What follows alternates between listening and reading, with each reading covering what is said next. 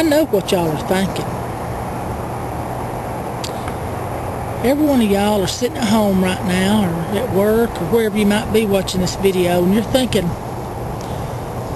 Lemonette, how did you get so dadblamed funny? And you know, it's a very convoluted, complicated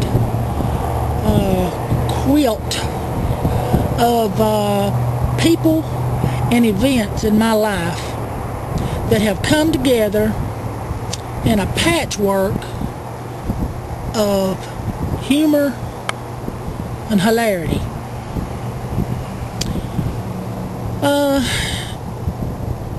Over the course of the next 100 or 200 videos, I'd like to share pieces of that quilt with you and see if we can't put together something to cover up with when we get cold. The first person I'd like to talk to you about concerning this subject of how I got so dadblamed funny was my Grandma Adams. Now, my Grandma Adams was a tough old woman.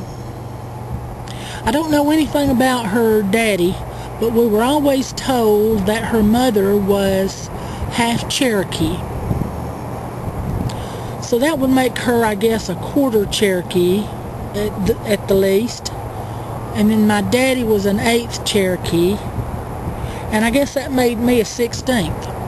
And then also on my mama's side of the family, there was the same fraction. But Grandma was tough. She was a twin.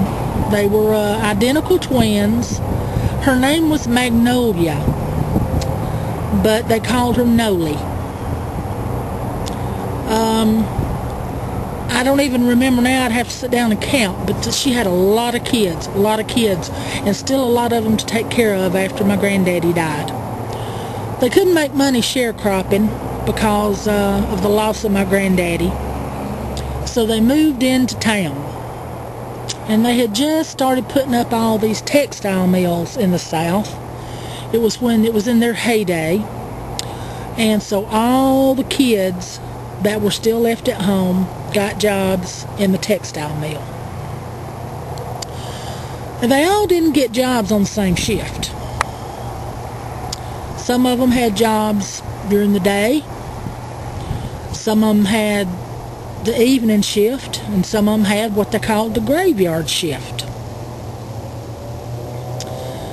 So as a result, my grandma, being the tough old bird that she was, she cooked for them non-stop. There was food on the table and on the stove, piled up in pans with a lid, cornbread in the pan with a boiler lid on top of it, wrapped in a paper towel to keep it moist. Plates with hand towels across them to keep food fresh. There was always a massive quantity of food in that house because the boys would come home hungry as bears because that was hard work in the textile mills. But Grandma cooked for all of them on all shifts. And to my knowledge, my Grandma Adams never slept. Now you might say, that ain't so dadblamed funny. And you're right, it's not. I never said my Grandma Adams was a funny person. My Grandma Adams had virtually no sense of humor that I could tell. Maybe in her younger days, when she was a girl, she might have had a sense of humor, but by the time I knew her, she was wore plumb out. She was tired. Now, she was hilarious, but she never intended to be. She would say things like, "All right now, you youngins in there, shut up. Shut up and get off that bed, right now."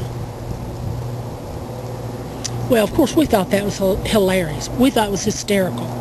She could never figure out why we were laughing. We would be gasping for air in the floor, rolling around, getting in the floor, standing on our heads, trying to stick our tail ends up in the air because she kept telling us to shut up. she would watch the television and comment on what was on TV. One time she told my sister and a cousin of mine, "I sure do like that Pat Boone.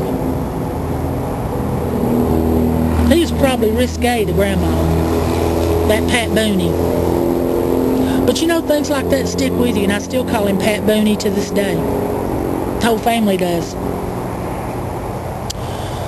Everything she cooked was full of black pepper. I don't know why they loved black pepper, but she raised those kids up on black pepper to the point that when she offered you a hamburger, if you knew who was offering it, you had to say no. "No thank you, Grandma, not hungry. Don't believe I care for anything." "Ah, don't be silly. Sit at the table and shut up. Let me fix you a hamburger." "Grandma, I really, I don't want a hamburger." "I'm gonna fix you a hamburger. Sit down. You ain't eat nothing all day."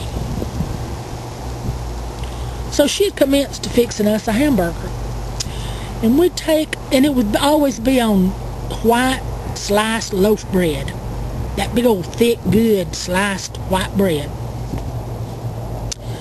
And the grease soaking through, make a little circle on the white bread. And we'd bite into that, and boy, that hamburger meat had so much black pepper on it. You'd swear up and down it was spicy sausage. And we'd say, "Grandma, are you sure this is not sausage? It sure does taste like sausage." "Shut up and eat your hamburger." "Okay, Grandma." But it was rough. It was rough. You didn't turn my grandma down. The funniest thing she probably ever did, and some of you may know somebody like this, my grandma was convinced that nobody had ever been to the moon. I can remember I was 14 on July the 20th, 1969. That was my 14th birthday, the day they took the first step on the moon. And I could remember my grandma's words. "They ain't on no moon." I mean, she was serious. "They ain't on no moon. They in some TV studio out there in California. They ain't on no moon." She was a character. One of the funniest people I ever met in my life. Didn't have a drop of a sense of humor.